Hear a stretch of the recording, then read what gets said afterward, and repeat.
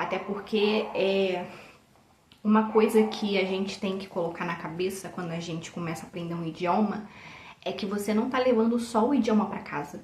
Você tá levando também a cultura, a história do lugar que fala aquele idioma.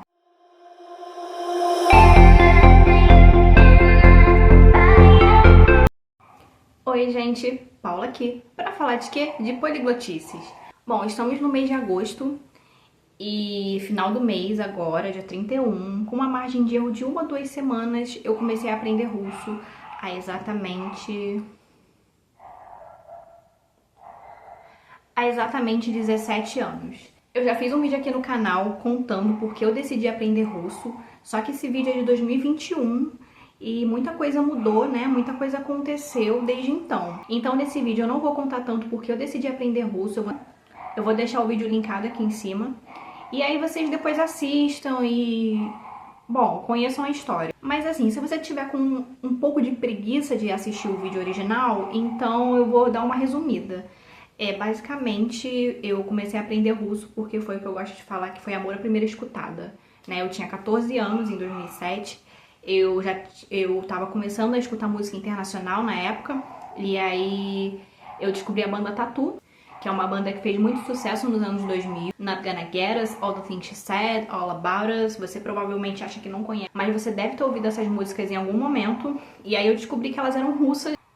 E um belo dia eu tomei coragem e escutei as músicas delas em russo, e aí foi amor à primeira escutada. E o resto é história, que tá lá no vídeo.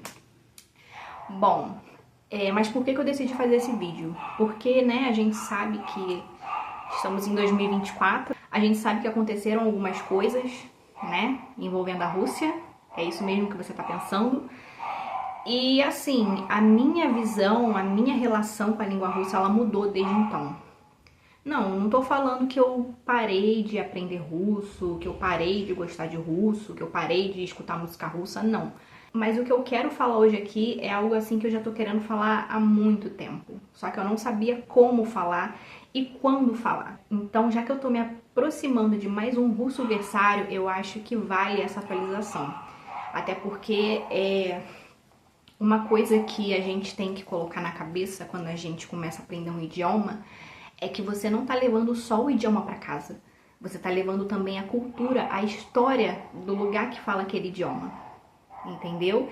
E assim, até então, durante todos esses anos, isso nunca tinha pesado na minha relação com o russo. Mas depois dos acontecimentos recentes, dos últimos 2 anos, passou a pesar. E também não só por causa disso, né? Porque eu comecei a trabalhar com agência russa e isso também, sabe, dá uma desgastada no relacionamento.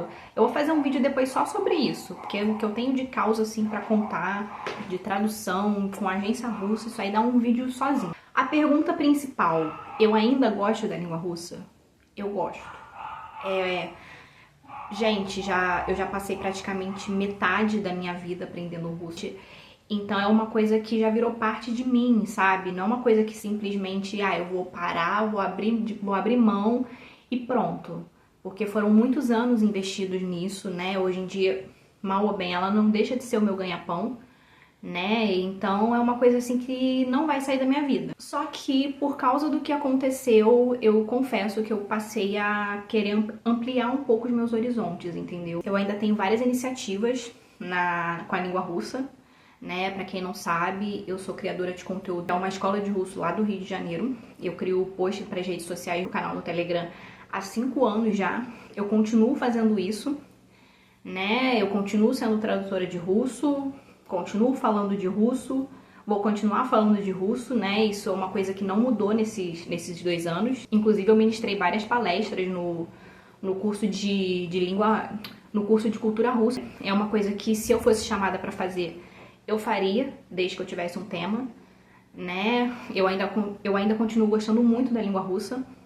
Continua assim, a sonoridade dela, né, o alfabeto, aquela coisa diferentona dela, são coisas que ainda me encantam. Eu continuo participando de Olimpíadas de língua russa. Então, assim, eu continuo inserida na língua russa. É claro que para certas coisas nem sempre é fácil, né? No caso dos posts, por exemplo, quando a guerra estourou e a gente teve que parar de postar, a gente ficou acho que umas 3 ou 4 semanas sem postar. Porque, né, as pessoas... Eu lembro que a guerra começou dia 24 de fevereiro, né, de 2022. E dia 23 de fevereiro, na Rússia se comemora o Dia do Defensor da Pátria. E aí, assim, já faz parte do calendário de posts da escola que as datas comemorativas a gente faz post para todas elas. E aí, assim, eu postei no dia 23, tudo bonitinho, no dia 24, os posts inundados de comentário de ódio, né? Aquela coisa toda, então a gente teve que parar de postar. Na época eu fiquei muito triste, porque, assim, eu acho que as pessoas que seguem a página, elas não sabem que sou eu que faço isso, eu acho que quase ninguém sabe que eu faço isso. Então, assim, eu fiquei chateada porque, né, quando eu crio conteúdo, eu quero que as pessoas gostem do conteúdo. Eu quero atrair bons comentários, palavras positivas naquele conteúdo e não coisas negativas. Então, ler aquilo, apesar de não ser um ataque direto a mim, me deixou triste, sabe? Porque não é aquilo que eu queria que o conteúdo se tornasse. E sem contar que, assim, no início foi muita incerteza, sabe?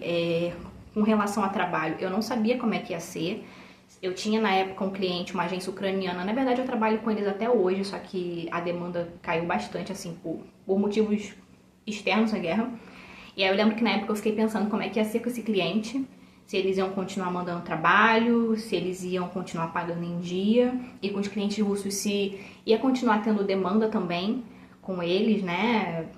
Se eles iam pagar e tal. No final, o trabalho não foi muito afetado. Essa agência ucraniana, ela desde então, ela, sabe, ela continuou mandando trabalho na época, e mesmo depois que a demanda diminuiu. Agora, sempre que eles têm uma demanda pro meu par de idiomas, eles me procuram, continuam super corretos, continuam pagando em dia. As agências russas também não mudou muito, então, assim, na questão do trabalho não mudou muita coisa. Mas eu também, assim, hoje em dia a gente vive numa época muito inflamada, né? As pessoas estão muito com os nervos à flor da pele, as pessoas estão com muita síndrome de protagonista, elas querem dar a opinião delas a qualquer custo e elas querem fazer isso de uma forma completamente descuidada, sem nem se importar em como aquelas palavras vão chegar no outro.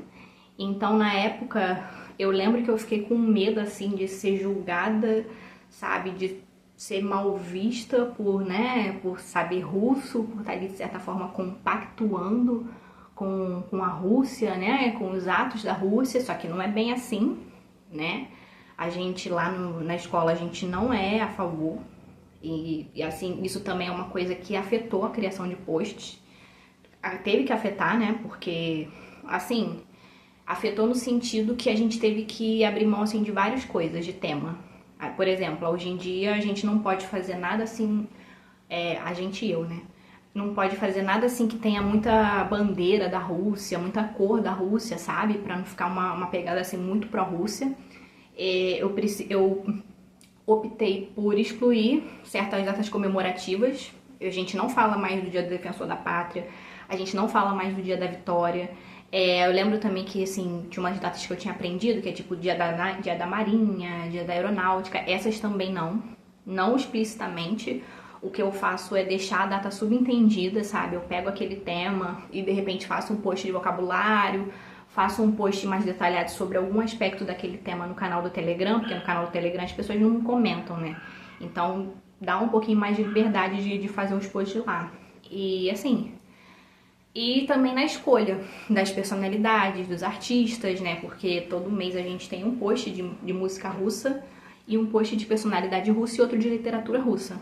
E aí, a princípio eu não levava isso muito a sério, mas eu pensei, se a gente tem uma posição, a gente tem que se alinhar àquela posição. A gente não pode ficar abrindo mão do nosso alinhamento, sabe? Então, isso acabou que diminuiu muito as minhas opções. Porque agora eu tenho que procurar escritores, artistas, cantores que não sejam pró-Rússia, pelo menos não explicitamente, entendeu? E assim, né, eu lembro que acho que foi ano passado, eu inaugurei uma série de posts de retrospectiva, que basicamente, como já tem muito tempo que eu crio conteúdo, então basicamente na última semana do mês eu pego um post antigo e reposto. Afetou até os posts de retrospectiva, né? Porque, pô, eu vou pegar uma personalidade russa, um cantor russo que disse abertamente que é pró-Rússia. Eu não posso fazer isso, né? Fica meio sem sentido, né? Então, assim, são essas pequenas coisas, sabe, que vão ali minando o relacionamento, né? Que vão ali apagando aquele brilho, aquela chama. E sobre a questão cultural, né, como eu falei, quando a gente aprende o idioma, a gente tá levando a cultura dele pra casa. Sim, é verdade. Só que assim, uma coisa que as pessoas nunca vão poder falar de mim é que Você é fissurada na Rússia, você não sabia de nada disso? Então, na verdade, eu nunca fui fissurada na Rússia. A única pátria a que eu sou leal é a que eu estou, a que eu nasci. Então, acho que é por isso também que eu fiquei assim tão pra baixo, né, quando tudo isso aconteceu, porque eu tava vendo uma coisa que eu amo, que é a língua russa, e envolvida nos acontecimentos tão tristes, sabe? Então, acho que é por isso que eu fiquei assim desanimada. Não tem nada a ver com o desencanto da Rússia, até porque acho que nunca houve um encanto assim, entendeu? O encanto sempre foi pela língua. Eu falei da parte do trabalho. O que eu posso adiantar aqui, que eu vou fazer um vídeo só sobre isso, é que assim, gente, é muito difícil trabalhar com russo. E eu não digo nem do interpessoal, sabe? Eles geralmente não são de ficar dando prazo muito apertado. Se você aponta as questões para eles, eles entendem, entendeu? Tudo isso. Só que eles são, a maioria das agências, elas são pagadoras muito ruins. É muito assim, é muita dor de cabeça. Né? Tem agência que eu tenho que ficar correndo atrás do pagamento, tem agência que nunca me pagou, entendeu? E tipo, eles são tão caras de pau que eles sabem que eles estão te devendo e eles vão lá e outro dia com trabalho pra você, querendo te oferecer trabalho. Então, sabe, tudo isso acaba que assim, desgasta, sabe? Desgasta.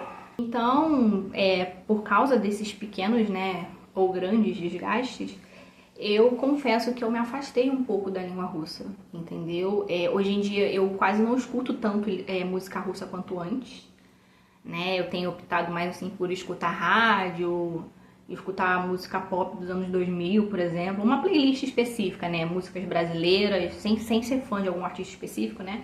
Mas eu assim diversifiquei muito mais a minha playlist, né? Por causa disso. Eu ainda acompanho as coisas que eu gosto, né? Os artistas que eu gosto, escuto os lançamentos, independentemente deles serem pró-Rússia ou não. Isso é uma coisa que eu tive que aprender a lidar também, né? É aquilo de você separar a obra do autor. Eu ainda crio conteúdo, eu confesso que nem sempre é fácil. Tem semanas que os temas vêm assim, sabe? Super fluem. Assim como tem semanas que é difícil, que eu vou protelando ali a criação até o último minuto, porque o que eu vou falar? Aquele entusiasmo, aquela vontade de correr atrás de temas diferentes, isso deu uma diminuída, entendeu?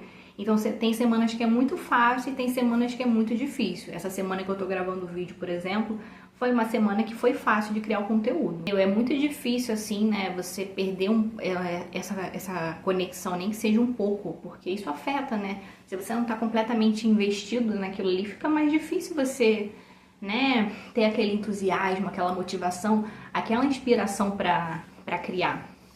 Quem cria sabe, né? E a questão do trabalho, hoje em dia eu quase não tô trabalhando mais com agência russa. A maioria das agências que me procuravam se encaixam nesse grupo de caloteiras, então eu demiti, né? E tem agência e há agências que são muito boas, mas que nem sempre tem demanda pro meu par, então elas quase não me procuram. E a agência da Ucrânia, né, que não tem tanta demanda hoje pro meu par, mas ainda me procura e a relação com ele continua sendo ótima. Então, assim, não trabalho mais tanto com a agência russa por causa disso, né? Por causa dessas dificuldades. Você tá falando então que todas as agências são caloteiras da Rússia. Não é assim. Só que é engraçado, sabe? Porque há agências que eu trabalho há anos e que no início elas eram ótimas, elas pagavam super em dia, você não tinha que ficar cobrando pagamento, não tinha nada, mas que de uns tempos pra cá elas pararam de pagar em dia, elas tipo ficam 2, 3 meses pra pagar, ou elas só pagam depois que você pede, entendeu? E eu não sei por que isso acontece. Quer dizer, eu tenho uma ideia do por que isso acontece, né? Porque a Rússia sofreu várias sanções. Por exemplo, na Rússia não pode PayPal, né? Que seria uma forma de pagamento. E sem contar que, assim, às vezes eles também não têm muita consciência internacional, digamos assim, né? Porque na Rússia é super comum eles pagarem por cartão. que você dá lá o número do cartão e eles fazem um depósito naquele cartão. Aqui no Brasil a gente não tem isso, né? Acho que não dessa...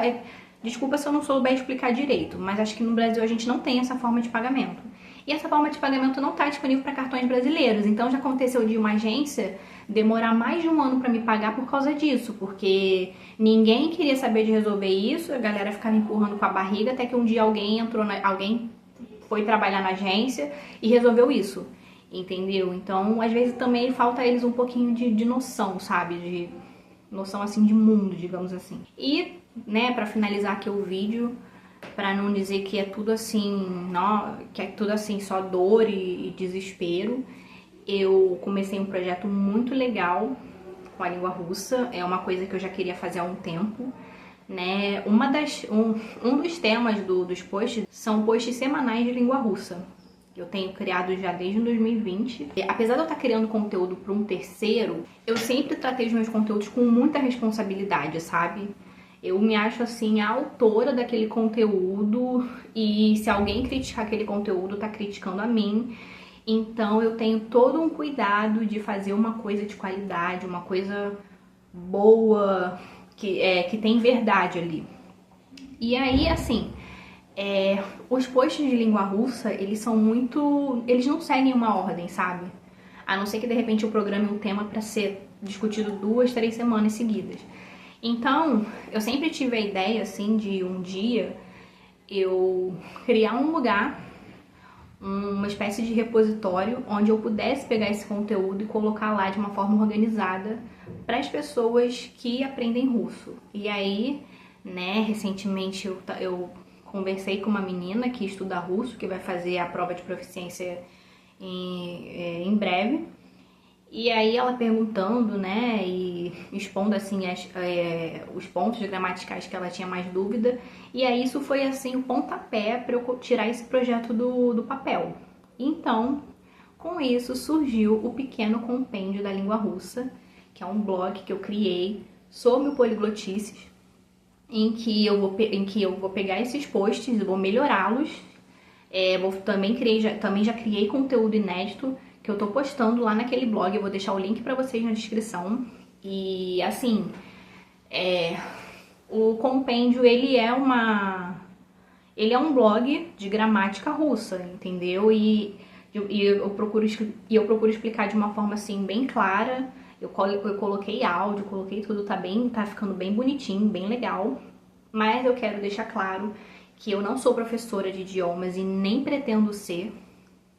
Então, vejam aquele espaço como um espaço de consulta, o espaço de uma parceira de estudos, de alguém que passou pelas mesmas coisas que você, estudante de russo, está passando. E na época eu não tinha essa ajuda, então agora, né, que eu tenho conhecimento suficiente para ajudar, eu vou fazer isso. Então, é isso, né, esse projeto também, eu criei ele, e esse projeto eu resolvi tocar ele para justamente também me dar um pouco mais de inspiração, me aproximar um pouco mais da língua russa, porque, né, eu continuo gostando muito do russo, é ainda uma das minhas línguas favoritas, apesar de agora eu estar querendo expandir meus horizontes. Eu ainda quero fazer outras coisas no russo, sabe? Eu ainda quero participar de mais Olimpíadas de língua russa, eu ainda quero falar muito sobre o russo aqui, entendeu? Então o compêndio é uma forma, assim, de eu me reconectar com esse lado. E é isso, gente. Essas foram as poliglotices de hoje. Eu espero que vocês tenham gostado. Se vocês gostaram do vídeo, curtam, compartilhem, contem para suas amizades. Se é a sua primeira vez no canal, se inscreva. E se você quiser ficar por dentro de tudo que acontece por aqui, clica no sininho para ativar as notificações, tudo bem? Até a próxima. Tchau, tchau.